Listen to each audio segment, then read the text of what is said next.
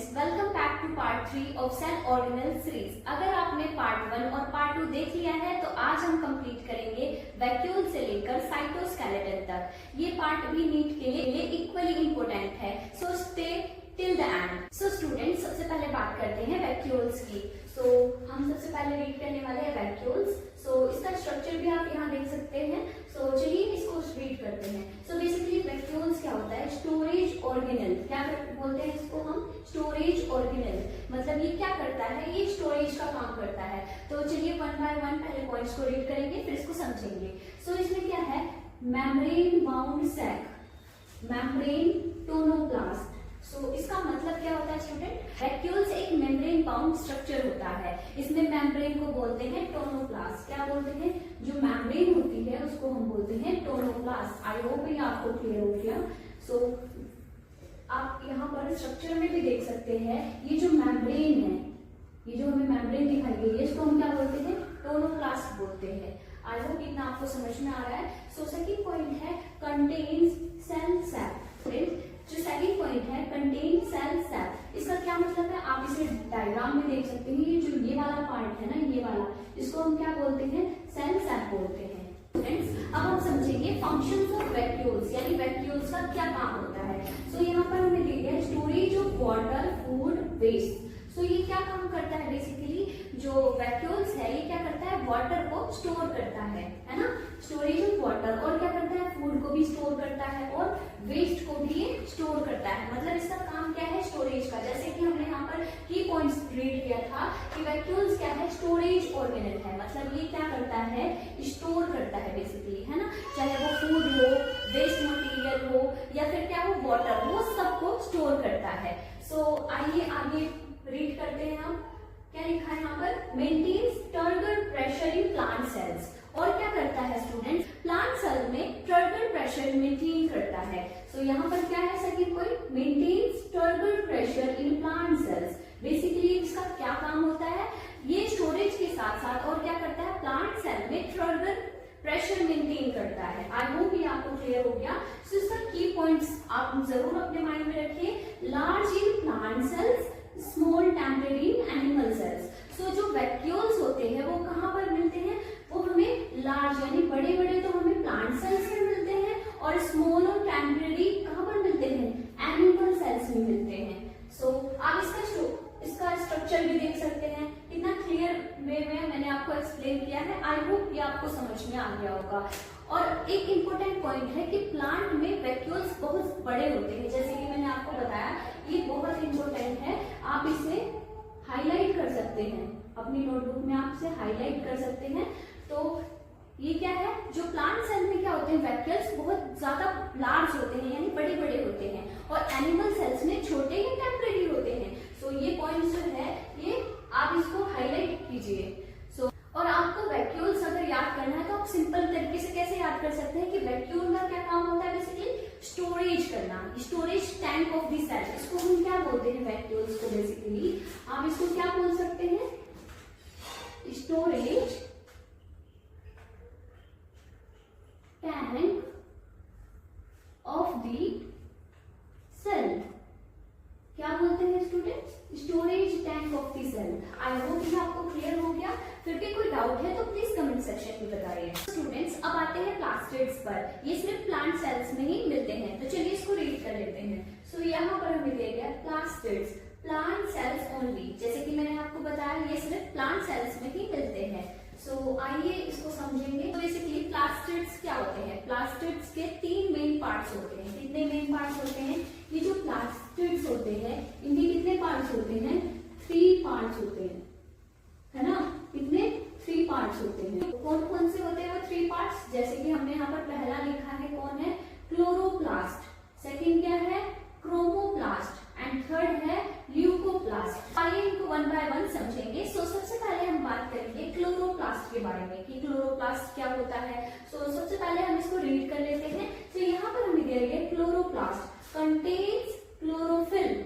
इसका क्या मतलब है? जो क्लोरोप्लास्ट होता है ये क्या कंटेन करता है? क्लोरोफिल, यानी कि ग्रीन पिगमेंट्स, है ना। क्लोरोफिल मतलब क्या कंटेन करता है? ये क्लोरोफिल मतलब ग्रीन पिगमेंट्स।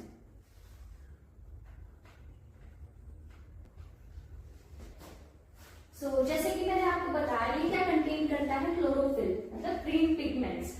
आइए इसके फंक्शन को भी हम पढ़ लेते हैं, मतलब इसका काम क्या होता है ना। आइए समझेंगे।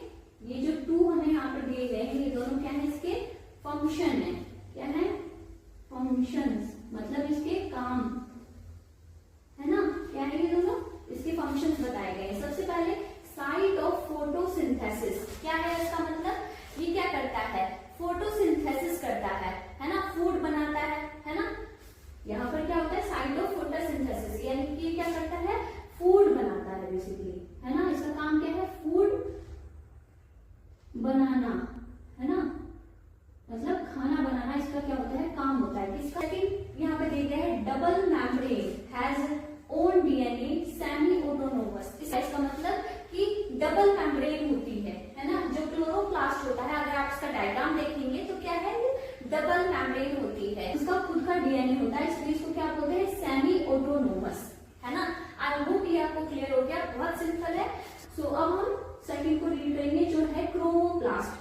बेसिकली क्रोमोप्लास्ट क्या होता है, रीड करते हैं, कंटेन्स कलर्ड पिगमेंट। ये क्या कंटेन करता है स्टूडेंट्स, कंटेन कलर पिगमेंट, मतलब कलर्ड प्लास्टिड, जैसे कि येलो, रेड, ऑरेंज, है ना। क्या क्या कलर, येलो और क्या, रेड, ऑरेंज, है ना। ये कलर्ड पिगमेंट्स को कंटेन करता है। और क्या है, सेकंड हमें दिया गया gives colour to fruits and flowers. और क्या है, ये क्या करता है, फ्रूट्स और फ्लावर्स को क्या करता है, कलर देता है। आई होप ये आपको क्लियर हो गया। अब हम थर्ड पार्ट के बारे में डिस्कस करेंगे, जो कि है ल्यूकोप्लास्ट। इसका क्या मतलब होता है, इसके क्या फंक्शंस होते हैं, ये हम समझेंगे। जो ल्यूकोप्लास्ट होता है, चलिए इसको रीड कर लेते हैं। ल्यूकोप्लास्ट, इसमें है कलरलेस प्लास्टिड्स। क्या होते हैं ये, बेसिकली जो ल्यूकोप्लास्ट होते हैं ये कलरलेस प्लास्टिड्स होते हैं, मतलब इनपे कलर नहीं होता। अब हम इसके फंक्शन के बारे में रीड करेंगे। यहाँ पर हमें दिए गए स्टोरेज फंक्शन, है ना, जिसमें क्या है, अमाइलोप्लास्ट स्टार्च, एलियोप्लास्ट मतलब ऑयल्स, एलियोरोप्लास्ट यानी कि प्रोटीन्स। आइए मैं इसको आपको एक्सप्लेन कर देती हूँ। जो ल्यूकोप्लास्ट है ये क्या करता है, स्टोरेज का काम करता है, लेकिन स्टार्च, ऑयल, प्रोटीन ये क्या है, अलग अलग जगह पे होती है स्टोरेज, मतलब इनका स्टोरेज अलग अलग जगह पे होता है। अमाइलोप्लास्ट में स्टार्च का, है ना, और क्या है, एलियोप्लास्ट में होता है ऑयल्स एंड एलियोप्लास्ट होता है प्रोटीन्स, है ना। एक इजी ट्रिक बताती हूँ आपको याद करने के लिए। स्टूडेंट्स, प्लास्टिड्स को आप कैसे याद करेंगे, ये इजी ट्रिक मैंने आपको बता दिया है। जैसे कि आपको ये तीनों पार्ट याद करने हैं, तो इसके लिए इजी ट्रिक है ल्यूको मतलब स्टोरेज, जैसे कि मैंने थर्ड वाला आपको पढ़ाया था, ये क्या करता है, स्टोरेज का काम करता है। सेकंड, क्रोमो कैसे याद करेंगे आप, कलर से याद करेंगे। क्लोरो कैसे याद करेंगे आप, फोटोसिंथेसिस से। आई होप ये आपको क्लियर हो गया। स्टूडेंट, अब हम बात करेंगे सेंट्रोसोम के बारे में। ये बेसिकली क्या होता है, इसके क्या फंक्शंस होते हैं, इसको समझेंगे। चलिए इसको रीड करते हैं। सेंट्रोसोम क्या होता है ये, इसको रीड कर लेते हैं। प्रेजेंट इन एनिमल सेल्स, लिखा है प्रेजेंट इन एनिमल सेल्स। और सेकंड पॉइंट है contains 2 centrioles.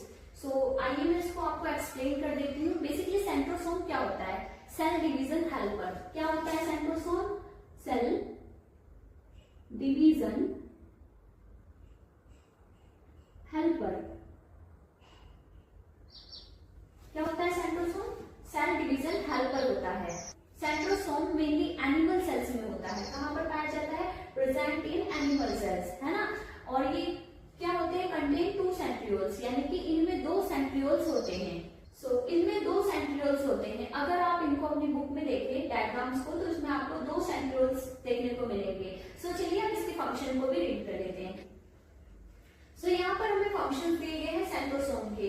Forms spindle fibres, इसका क्या मतलब होता है स्टूडेंट्स, स्पिंडल फाइबर्स बनाना, यानी कि जो सेंट्रोसोम होता है ये क्या करता है, स्पिंडल फाइबर बनाता है।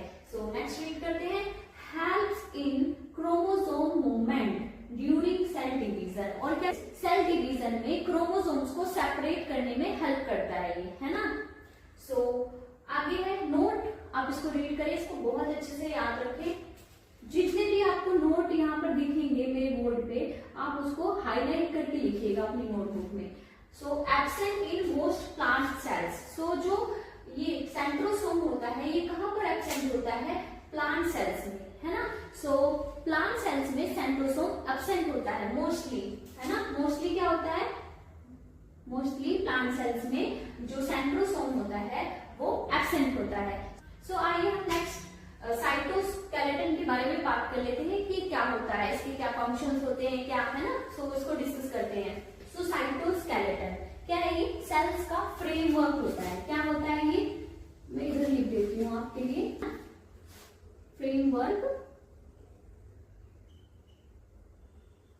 Framework of sales.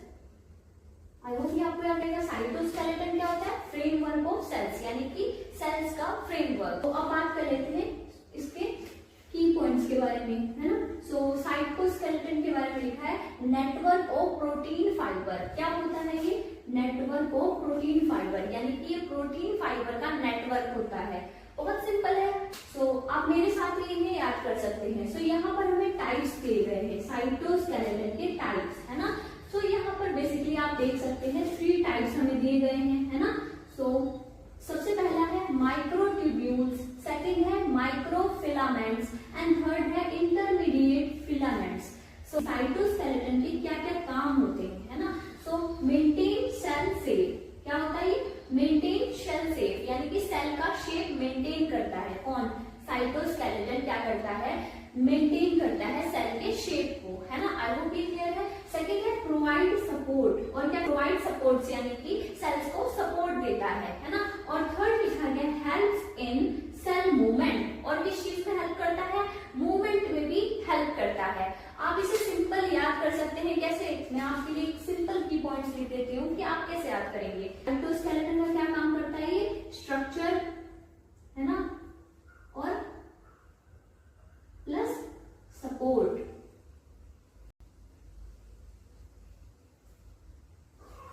So I hope student कि आपको क्लियर हो गया। फिर भी कोई डाउट है तो प्लीज कमेंट सेक्शन में आप हमें बता सकते हैं।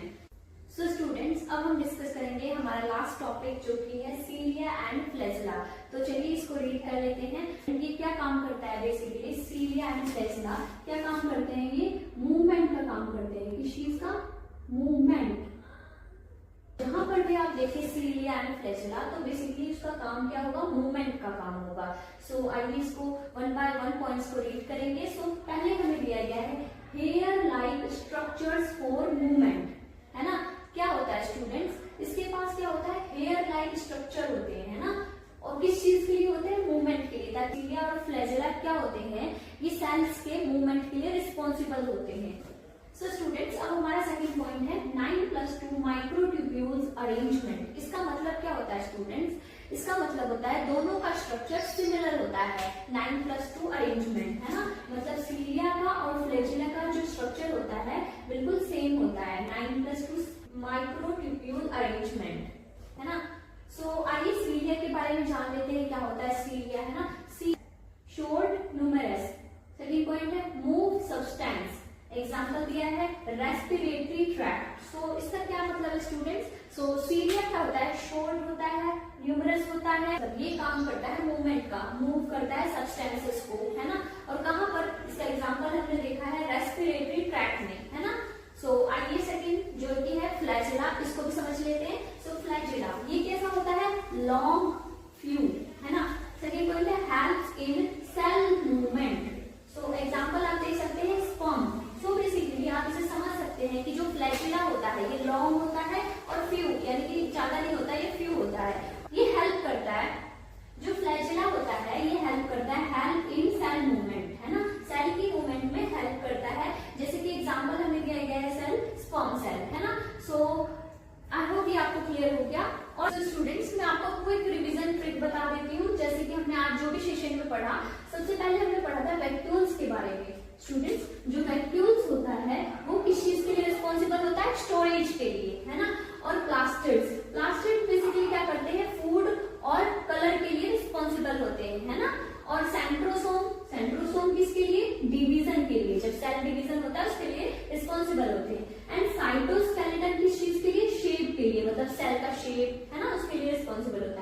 लास्ट टॉपिक जो हमने डिस्कस किया, सीलिया एंड फ्लैजुला। आप देख सकते हैं हमने अभी सीलिया और फ्लैजुला के बारे में पढ़ा था। मैंने अभी आपको बताया था ये किस चीज के लिए रिस्पॉन्सिबल होता है, मूवमेंट के लिए। आई होप ये आपको क्लियर हो गया। अगर कोई डाउट है तो प्लीज कमेंट सेक्शन में हमें जरूर बताएं। कांग्रेचुलेशन, आपने कंप्लीट कर लिया है सेल बायोलॉजी का कंप्लीट चैप्टर। अगर आपको ये सीरीज हेल्पफुल लगी हो तो लाइक करो, शेयर करो, सब्सक्राइब करो, कमेंट करो। देन अगर आपने पूरा चैप्टर कंप्लीट कर लिया है, मिलते हैं नेक्स्ट वीडियो में। Thank you.